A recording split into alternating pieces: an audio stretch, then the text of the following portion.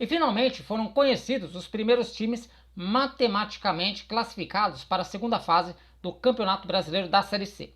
Nesta segunda-feira, em jogo que fechou a 17ª rodada, o Floresta bateu o Ipiranga pelo placar de 2-0 e deu um importante passo na luta contra o rebaixamento, além de definir aí as primeiras vagas nos quadrangulares. E esse resultado também foi péssimo para a equipe do Manaus, o Manaus que entra na zona de rebaixamento. Os gols da partida foram marcados apenas no segundo tempo. Aos 19 minutos, após aí boa jogada do Thiago Alagoano, o Romarinho abriu o placar a favor da equipe da casa. E aí, aos 31 minutos, o próprio Thiago Alagoano fez 2-0 e deu números finais a esse importante confronto. Bom, a vida do Floresta, agora ficou mais tranquila com relação ao rebaixamento, porque o time só depende dele, não depende mais de resultados de terceiros. Com esse resultado, o Floresta subiu para a 16ª colocação, tem 19 pontos, enquanto que o Manaus caiu para a 17ª colocação com 18 pontos. Quer pôr mais pimenta nessa história?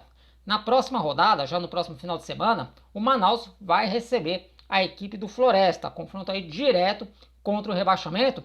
E se o Manaus perder, ele já pode ser rebaixado nessa rodada. Uma derrota do Manaus, além de deixar o Floresta praticamente livre da queda, também faz com que o Manaus tenha que torcer aí contra o Figueirense e também contra o Remo, que seriam aí as únicas equipes fora da zona de rebaixamento que ele ainda poderia alcançar na luta contra a queda, Então, no próximo final de semana, pegar aqui certinho a data do jogo, vamos ter aí já uma decisão, O jogo vai acontecer no domingo, 16 horas, na Arena da Amazônia. Então, o Floresta aí, até mesmo com uma vitória, pode já, com uma rodada de antecedência, se livrar do rebaixamento, enquanto que o Manaus aí, se tropeçar, pode tomar o caminho da Série D.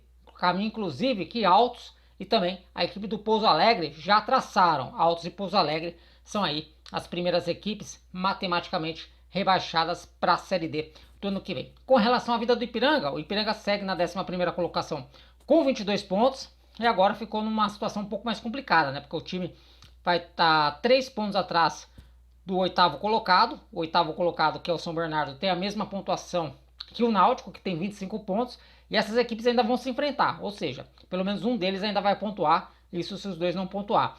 Então, o Ipiranga agora precisa vencer seus 2 últimos jogos até o final da primeira fase e ainda torcer aí por uma combinação de resultados.